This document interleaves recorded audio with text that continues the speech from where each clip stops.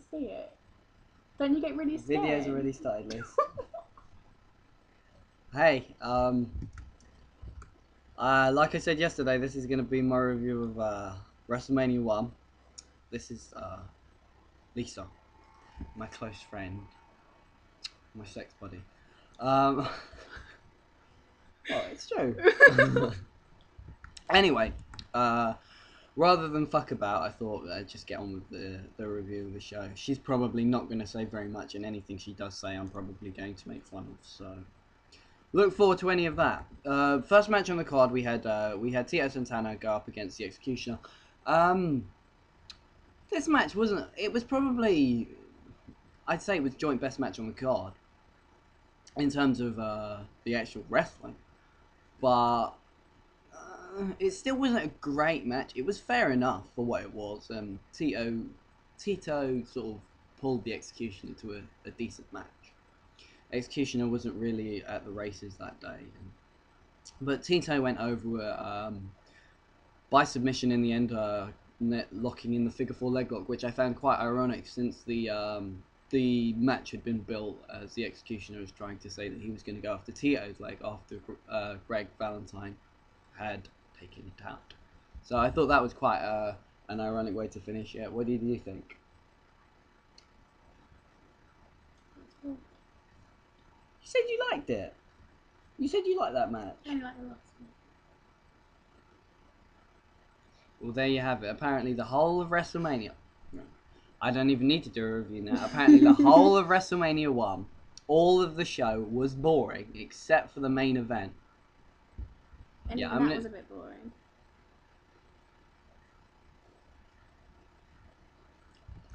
Second match on the night was it was a typical King Kong Bundy squash match with special delivery Jones. There was absolutely nothing. I didn't expect anything from this match. No, Bundy squashes him. Yeah, not really much else you can say about King Kong Bundy in the ring because he was never a great wrestler.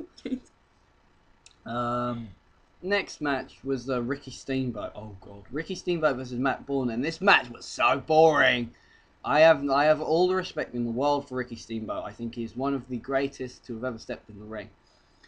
But this match was so boring. Matt Borne, what the fuck are you doing in a wrestling ring? You are shit. Do not. It's unbelievable. You look back 20 years, 25 years now. What, 25 years?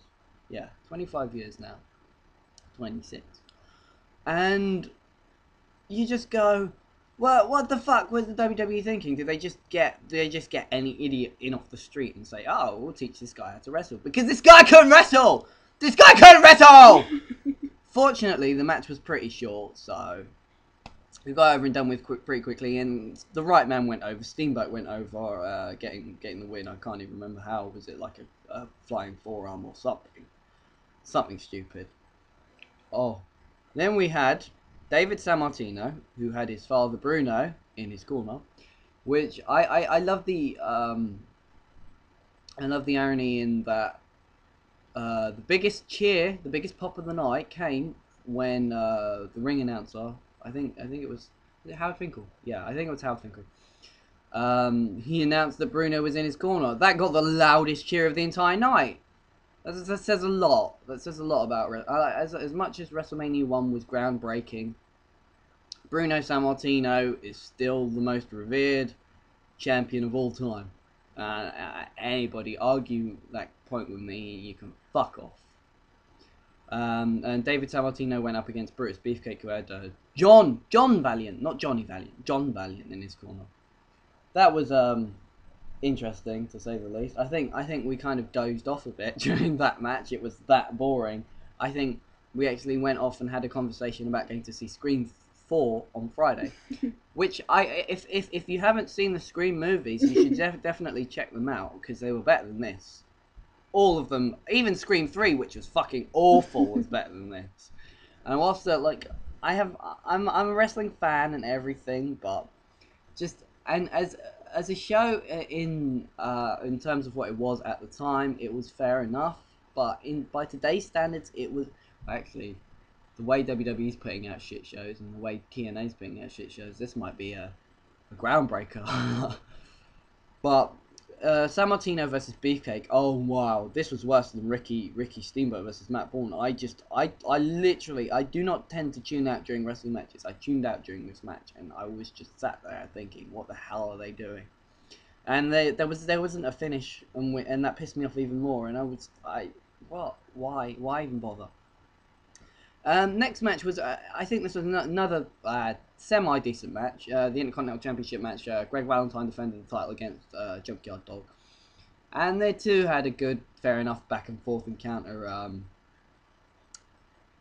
I like the finish where Valentine got the win with his feet on the ropes, and then they do suddenly reverse the decision, and the match continued, and Valentine got counted out, and that really set the stage for the future Valentine Santana match. Fair enough match. Not really a great deal to say. Junkyard Dog obviously got the win by count out, but it was a fair enough match. Next match on the card was a tag team title match. They had the US Express defending against the Iron Sheik and Nikolai Volkoff. Now for me this was the best match on the night. I think this was slightly better than Santana versus the Executioner. There was good. It was a good pace. The ring work was good. But everybody in the match looked solid. There was nobody looked weak at all. I think. I like the finish, which is that's one of the things that I like about the shows. I like the finishes. I mean, I'm not necessarily a big fan of screwjob finishes, but I just the cane actually, when he hit him over the back, the cane actually snapped, didn't it? It broke. And she was like, well, it wouldn't hurt. I was like, well, the cane fucking broke. Of course it fucking hurt. You hit somebody over the back with a cane, it's gonna hurt if it snaps. No matter whether the cane could be made out of paper, it'd still hurt. Well, actually, maybe not paper. Anyway, yeah, Iron Sheik and Nikolai Volkoff got the win and became new tag team champions. So. There was a big title change at the first WrestleMania, so I think that was the first ever title to change hands at WrestleMania. Then we had $15,000 body slam challenge between André and Stard, and whilst this was never going to be a great technical wrestling match, it was good for what it was. Yeah, there was enough decent stuff between the two that you could say this wasn't awful, because it could have been a disaster with these two lumbering giants just lugging each other around the ring. It could have been a joke. It could have been awful, but it was fair enough for what it was. And André, the face at the time, got the win. Gave out money to the fans before Bobby Heenan took the money back like a dick. Like the dick that he was. Which is why I love Bobby Heenan as manager, because he was a dick. But André got the win, kept his undefeated streak going. Obviously, we know what that builds to. But for what it was good. And then we had the women's championship match, and I think this is where you can step in and you can read what I wrote about I wrote something down during the women's title match. I'll allow you to read what I wrote. Women's wrestling was shit even in these days. Get off my TV. And I think that sums it up.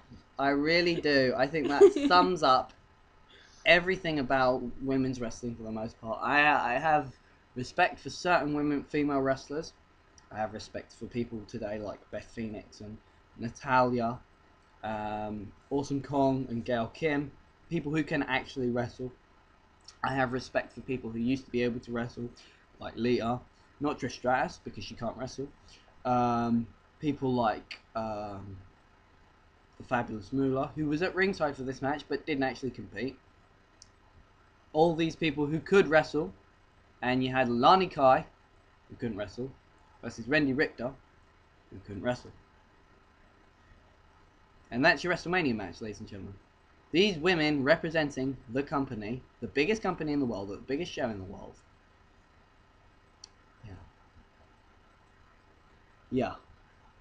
Anyway, finally, we're on to the main event. Hulk Hogan and Mr. T versus Roddy Piper with and Paul Orndorff. You had Muhammad Ali was at ringside. They had some baseball guy that I don't even know who kept smiling like a paedophile. They had who else did they have? They had somebody else.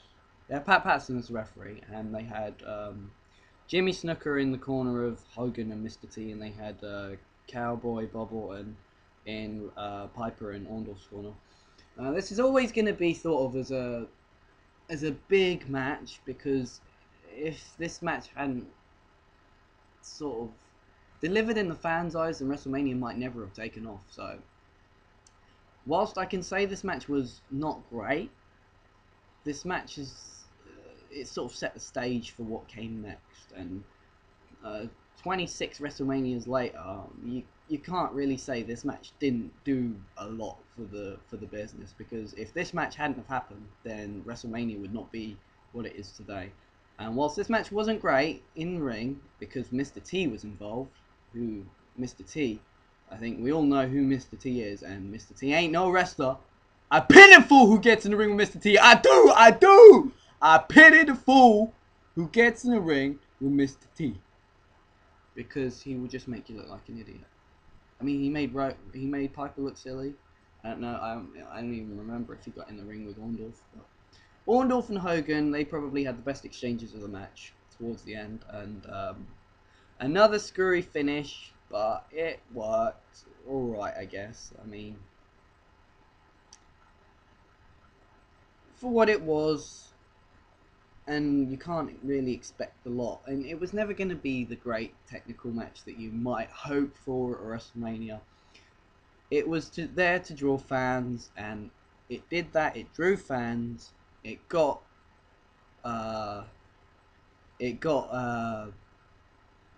things bubbling.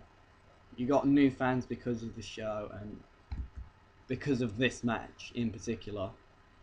So, I guess WrestleMania 1 in that sense did its job. It got fans to come and watch, it got fans to order, it got fans to see a product that they've never seen before. Got fans who weren't necessarily interested in wrestling interested. That means WrestleMania was pretty much one of the greatest shows of all time. Even if the wrestling wasn't a standard that one might hope.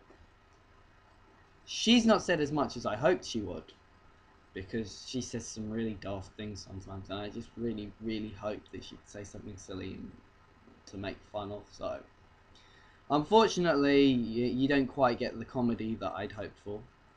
I will get out of her for WrestleMania 2, and if I don't get out of her for WrestleMania 2, I'll make some kind of stupid comment on the Steamboat Savage match for WrestleMania 3.